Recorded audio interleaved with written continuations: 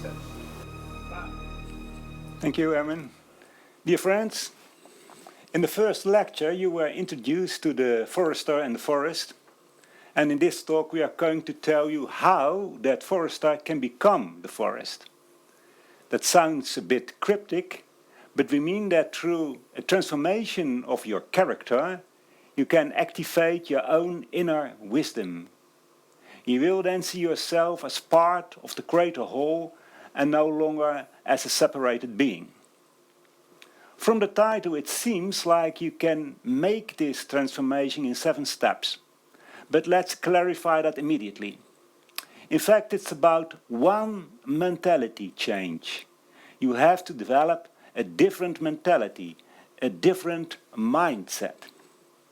In Buddhism, they talk about the other shore. When you stand on that other shore, you see the unity of life and know that you are part of it. You will therefore have a very different vision on life than when you are still on this shore. Then you see things separate from each other. You don't see the connections.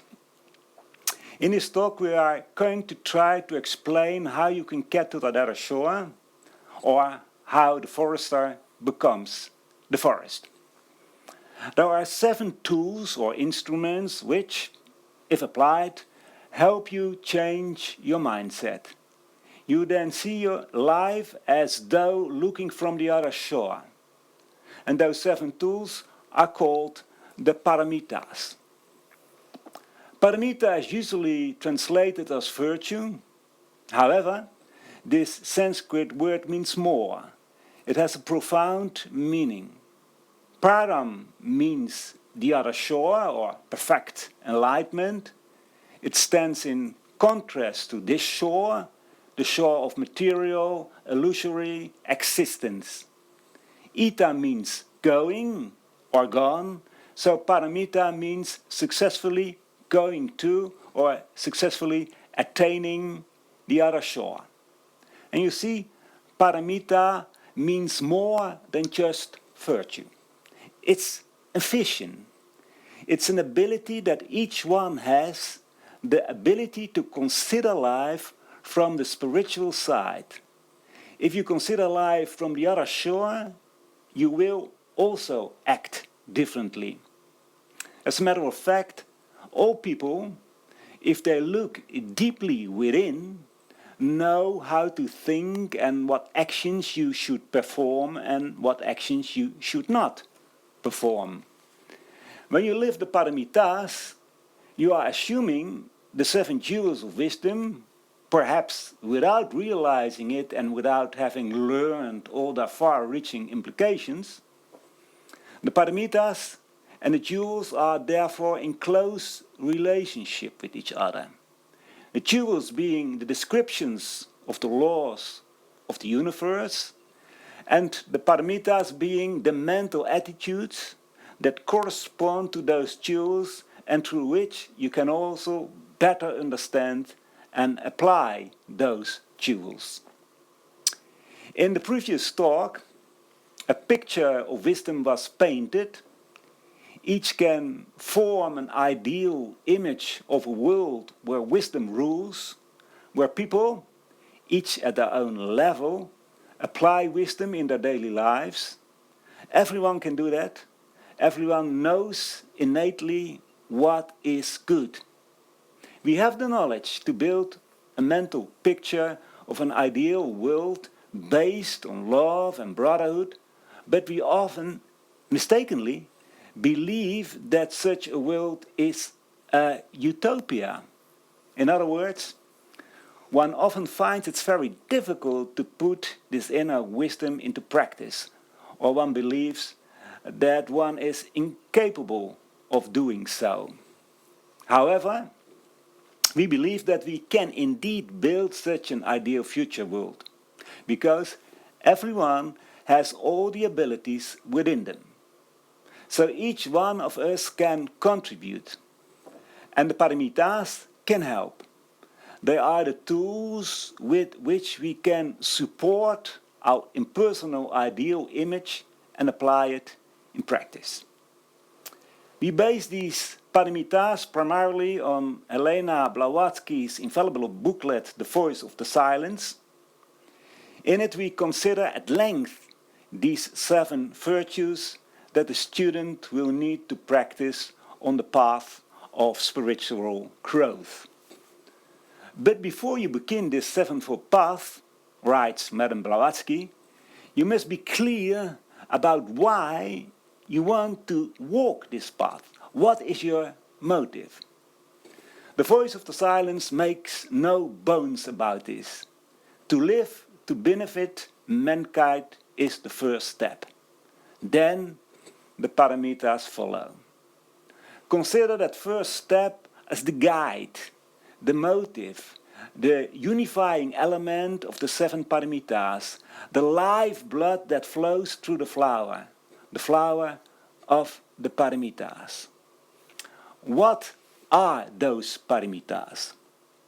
We have tried to make it clear in this picture that the 7 paramitas are one package. It is like a diamond with 7 facets. They are not separate from each other. You can also see that they have everything to do with the 7 jewels of wisdom. But because we are still on this shore, we will discuss them more or less separately, although we will try to demonstrate them in the larger context. The first paramita is Dāna. Dāna is described as giving or generosity. The esoteric meaning, as we can find in the Voice of the Silence, is described as love immortal. And the word immortal is there for a good reason. That word does not mean merely that the love is immortal, but that it is directed to the immortal side of the beings you love.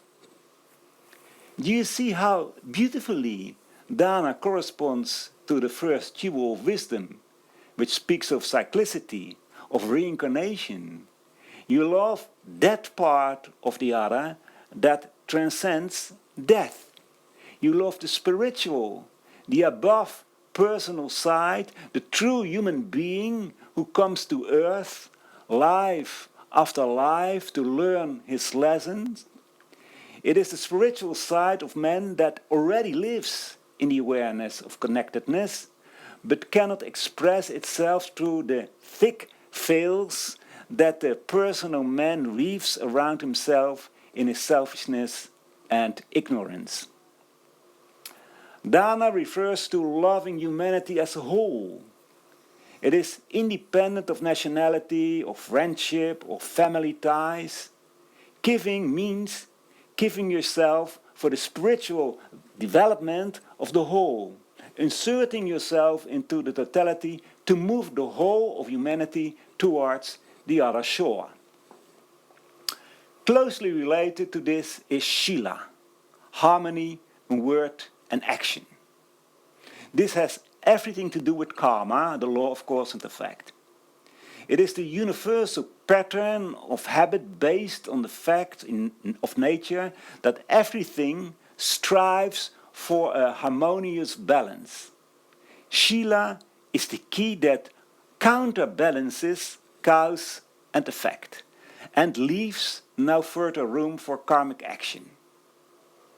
Because we still often think of ourselves as a being separate from others, we have shown quite a few disharmonious causes. If we apply Śīla, we will live a balanced life starting from the whole, which means that we no longer go against the harmony of nature. Harmony also means that our actions must correspond to our universal ideal, to our vision of wisdom. Our actions must correspond to that vision. Kshānti, or the sweet, unruffled patience. Kshānti does not mean idle waiting to see what life's fate has to offer you. Rather, it's an active attitude in which you know that the consequences you reap are just, and it is not wise to fight against them. You rather bear them courageously. Kshānti, the patience that nothing can disturb, relates to all facets of life, large and small. You apply it to big things like death and disasters, but equally, and here it starts, it is needed in small things, like not getting annoyed when you are in a traffic jam again, or when your colleague fails to keep his appointment for the umpteenth time. As I said, the paramitas are not separate magnitudes. One flows forth from the other. It's a coherent package. If you start loving fellow human beings, Dāna, then you will immediately realize the necessity of harmony, Śīla. You discover that only through that love you can bring about harmony in your life and in society. After all, if you love humanity, you will be considerate of others in your thoughts and actions. At the same time, you have to practice Kshānti, because growing in consciousness sometimes takes time. The moments of growth do not always present themselves when the personality wants them. Now, Kshānti does not only have to do with your own growth, but also with the growth of others, of all kinds of beings, of those higher and lower developed.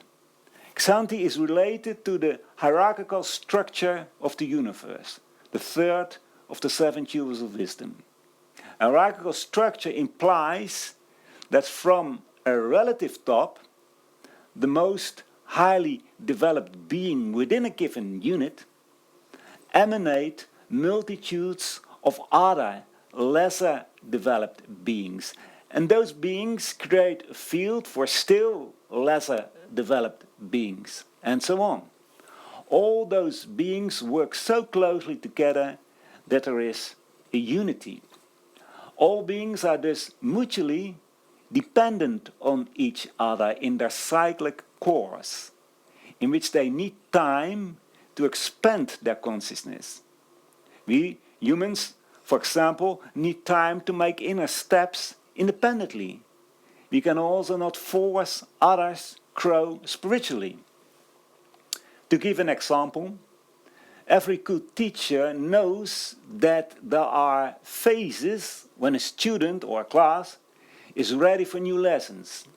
Sometimes a teacher must wait and must practice Kshānti before addressing new material. Virāga, the 4th paramita, indifference to pleasure and pain. It cannot be separated from the previous ones either. Love, harmony and patience cannot be practiced if you live only for your pleasures and if you fear and want to avoid the inconveniences of life. There must be a certain indifference to one's own ups and downs if you are to live the other paramitas. Do you know that we are speaking of the ups and downs of the personality, who, living in the illusion of material existence, is always confronted with suffering, because in the temporal existence nothing is durable. Everything, therefore, carries decay and pain within it. At least that's the case for the human being still living on this shore. If you stand on the other shore, you see the illusion of personal joy and sorrow, both of which are illusory and temporary, and therefore eventually come to an end. To attach yourself to them is to attach yourself to the imperfect and the transient. You can more easily, despite suffering and sorrow, find peace of mind when you realize that at every stage of your life you are never more, but also never less, than what you have built yourself up to be, as the fourth jewel of wisdom, self-becoming, teaches. You are always creating yourself, and you can become much more than you are now. Be content with what you are and with the circumstances in which you live, but also know that you can become much more. Do not attach to the past. What has been done cannot be undone, and we will reap the consequences one day, as karma teaches us. It helps you to be equanimous or calm when you realize that every noble thought, every loving act produces its consequences over time. You are therefore free from expectations. You neither hope nor despair. You act for the sake of action and do not desire any result for yourself. Living from the other shore, changing life's perspective requires strong self-discipline. All too easily, the tendency arises to fall back on the old pattern of thinking. An indomitable will, an undaunted strength and determination avoids that relapse. You can only summon this strength within yourself if you are very well aware of what you are doing. If there is no immortal love, Dāna, harmony, Śīla, patience, Kshānti, and equanimity towards earthly things, Virāga, or at least an ideal raised from these ideas, then you will never bring to life the power, Vīrya, in yourself. If you very much want to win an Olympic medal, or whatever personal goal you set for yourself, then you will do whatever it takes to achieve that goal. Then you will develop the discipline to get up early in the morning, to train daily, to align your meals with your goal, and so on. Now, practicing the paramitas is not the pursuit of a goal, but rather living from a spiritual idea. But the comparison still holds. The stronger this idea of the other shore, the idea of oneness, the easier it will be to practice Vīrya. Notice that Vīrya is strongly related to progressive or self-directed evolution, the fifth jewel of wisdom. Evolution means the development or the unpacking of already present but still dormant faculties and properties. We, as self-conscious humans, can awaken these abilities by applying our free will. In other words, by your own efforts, with a firm will, you develop, and that is, you activate the latent capacities within yourself, you develop an ever brighter vision and an ever more encompassing consciousness. We venture to say that if you apply the paramitas covered so far, when crossing the river of life, you will not drown, though you will probably need several lives to reach the other shore. Why is this? Because we often fall back into old patterns. Because through spiritual growth, new challenges or unknown pitfalls may present themselves. Doubt and fear are those pitfalls, cruel, crafty powers, as the voice of the silence calls them. Fear kills the will and hinders all action. And what causes fear? Ignorance, attachment to the old, and doubt of the unknown spiritual life. It is a kind of yielding to an outdated vision, the vision of this shore. However, there's nothing to fear. Man is an eternal pilgrim. He has always been there, will always be there. He develops step by step immortal love, knowledge about the law of harmony, of the structure of the universe in which everyone takes his own place according to his character. In short, knowledge of the seven jewels. That knowledge banishes doubt and fear. Doubt and fear come insidiously. In the beginning, it's a fleeting thought. But if you don't immediately counter it with a thought from the other shore, it will grow like a worm in a fruit. Perhaps an even greater pitfall than fear is pride, which may raise its head when you already live the paramitas to a certain degree and think you are successful in living them. Almost imperceptibly, a certain pride arises because the illusory world no longer has or seems to have a hold on you. You live in a certain peace of mind of the spiritual world, and gradually a feeling arises that others are not so far advanced as you, and that they, like you, must also elevate themselves if they want to free themselves from suffering. You constantly perceive the shortcomings in others and contrast them with your own merits. Well, this feeling can interfere with all spiritual progress. First of all, you can ask yourself if it's really the shortcomings of others that you perceive. Is it not your own imperfections that you project into others? Be very aware of this. Never judge, but be a guide, pointing to the other shore how much pain this position you may give. The beautiful language of the voice of the silence expresses it this way.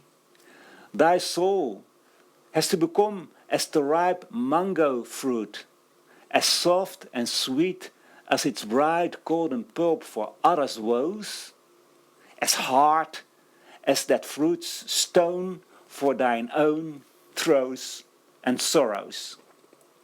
Any kind of pride, however subtle, imagining yourself better than others, means that you are still subject to Maya, the world of illusion. When you are about to fall into such a pitfall, or when you have already fallen into it, don't think that you have done something bad or that you have been overcome by evil. No, it is simply yielding to the vision of this shore. The fact that you recognize the pitfall means that you know that you could actually have done better. And that is already an important step to growth. The only real failure is stop trying to do better next time. It is precisely when you remain stuck in the vision of the shore that it is good to contemplate the paramitas and use them. Study them constantly. And by that I don't mean you have to know the Sanskrit words, but try to realize what attitude, what mentality you need if you want to live them. Contemplate them in the morning when you wake and at night before you go to bed. Make them a part of your consciousness. Become them. The abilities to live the paramitas are present in every human being. Have faith that you can actually make them active in yourself. The sixth paramita, Dhyāna. Dhyāna deals with silent contemplation, spiritual meditation. This paramita too cannot be separated from the previous ones. The meditation referred to here does not mean to withdraw from life and focus completely on the divine, on the source from which everything flows. Certainly, you must focus on that source, the one life which underlies everything, but that awareness of oneness does not prevent you from doing your duty to your fellow man. Dhyāna means that from getting up, until going to sleep, you are focused on the all-pervading, above-personal ideal, not in a forced way, but as a soothing light that permeates your whole being. The light starts shining in you. It shines at Dāna, at Śīla. It illuminates all the paramitas because the underlying ideal, as well as the motive to live for the well-being of all that lives, is always present in the background of your consciousness. Just as a child, a day before his birthday, knows at every moment of the day that tomorrow is his special day. Dhyāna corresponds to the sixth jewel of wisdom, the two paths. In other words, it's all about the motive. What is your goal? Why do you want to reach the other shore? Do you walk the selfish path and strive for your own peace and bliss? Or do you walk the path of compassion? And is your goal to be better able to help others, to inspire them to develop spiritually, so that they too are liberated from the limited, often sad material existence? You see immediately what the test is. If you still have earthly thoughts, in which the personal ego still plays a central role, if you still attribute reality to this world, which manifests itself, for example, in ambition, desire, anger, pride, or even in rejecting or disliking the material world, then you will fall into one of the pitfalls, and scrambling to your feet, you will have to start all over again, because of course there's always a new opportunity. Falling down is no big deal as long as you get back up again. Now when you practice Dhyāna, on the one hand you can see clearly the emptiness, the impermanence and illusion of material existence.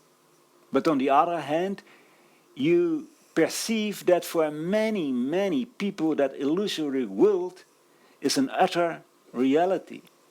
And that realization evokes such a powerful compassion that you make the firm decision to live in order to show people the way to the other shore, to inspire people to live the paramitas so that they free themselves from all limitations. The first step, we quoted the voice of the silence, is to live to be a blessing to humanity. But in fact, that applies to every step you take on the path of compassion. Finally, there is Prajñā, the seventh paramita, the heart of the flower. We save that one as a dessert for the last talk. And you know, dessert is always the best part of the meal. I will only mention this one now, and in the last lecture it will be explained further. Prajñā is intuitively knowing the structure of the universe, the jewels of wisdom, and living the mental attitude that corresponds to it, the paramitas. And you may now see how those paramitas and the jewels of wisdom are inextricably linked to and mutually reinforcing each other. By studying the jewels, you may come to a certain understanding of how nature and life are structured, but if you do nothing with that knowledge, it's useless. Only when you draw the ethical consequences from that knowledge and apply it, then you really understand it. So it is with everything. You can study the theory of physics, but only when you work with it. For example, when you as an electrician take Ohm's law into account, you put that knowledge to good use. The ethical consequences from the jewels are described in the 7 mental fundamental attitudes. By knowing these, through patient and persistent practice, you can achieve character transformation. There is a reciprocal connection between the jewels and paramitas, because through those 7 mental fundamental attitudes, you will also understand the 7 jewels better and more deeply. If you do not yet realize that there is actually no difference between the paramitas and the jewels of wisdom, then you have not yet reached the stage of Prajñā. Much more about that after the break and after the workshop. I think the jewels and the paramitas discussed so far generate enough ideas for an interesting and inspiring workshop, which we will have together in a moment. Thank you for your attention, and I give the floor to Erwin. Okay, thank you. Like I said, we will now have our workshop.